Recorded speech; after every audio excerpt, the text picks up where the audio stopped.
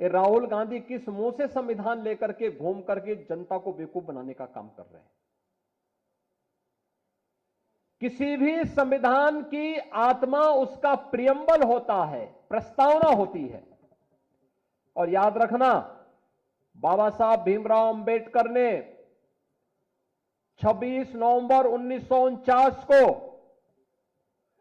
जो संविधान का ड्राफ्ट तैयार किया था, जो संविधान भारत की संविधान सभा को सौंपा था, उस संविधान सभा में प्रस्तावना में 2 शब्द नहीं थे, सेकुलर शब्द भी नहीं था और सोशलिस्ट शब्द भी नहीं था।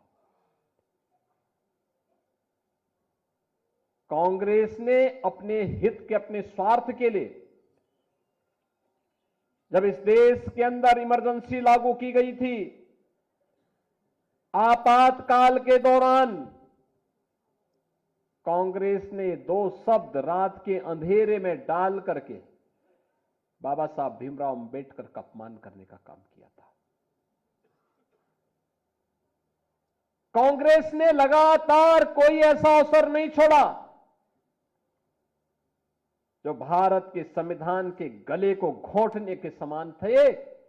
हर अवसर पर संशोधन पे संशोधन, संशोधन पे संशोधन करती रही। अनुसूचित जाति को उसका अधिकार मिले, अनुसूचित जनजाति को उसका अधिकार मिले, पिछड़ी जाति के लोगों को उसका अधिकार मिले, कभी यह प्रयास नहीं किया। हम पूछना चाहते हैं कांग्रेस के लोगों से, समाजवादी पार्टी के लोगों से, कि आखिर अलीगढ़ मुस्लिम विश्वविद्यालय में या जामिया मिलिया विश्वविद्यालय में अनुसूचित जाति, जनजाति या पिछड़ी जाति के नौजवानों को प्रवेश में भी और नौकरी में भी क्यों आरक्षण नहीं है? क्यों नहीं इन्होंने इसके लिए वहां प्रावधान किया?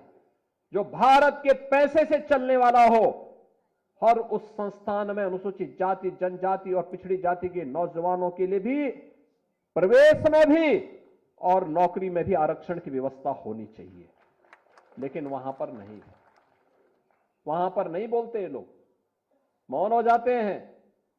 और यही कारण था बाबा साहब भीमराव अंबेडकर ने जब पहली संयुक्त सरकार बनी थी, और संयुक्त सरकार बनने के बाद जब उसके उपरांत पंडित नेहरू की द्वारा बनाई गई उस नेतृत्व में चल रही सरकार के कृत्यों को देख करके बाबा साहब भीमराव अंबेडकर ने उस समय इस्तीफा दिया था और कहा था,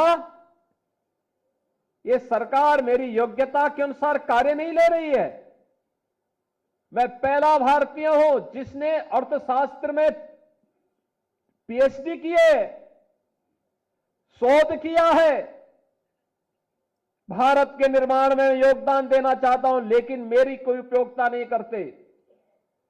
देश की महत्वपूर्ण उन समितियों में जो देश के विकास के लिए सहायक हो सकती है, उसमें मुझे कोई सम्मान नहीं दिया गया। मेरे अनुसूचित जाति, जनजाति के लोगों के हितों के लिए, वंचितों के हितों के लिए इस सरकार के एजेंडे में कुछ भी नहीं है। यह तो केवल और केवल इस सरकार को विभाजन के बाद भी केवल मुस्लिम तुष्टीकरण की चिंता है, इसलिए मैं अपने पद से इस्तीफा दे रहा हूं, यह कहते हुए इन्होंने इस्तीफा दे दिया था। और कांग्रेस की हर कृत्य वही है आज भी, तनिक भी उसमें कुछ बदला नहीं है। वीडियो देखने के लिए धन्यवाद। वीडियो को लाइक करें और चैनल को सब्सक्राइब करें।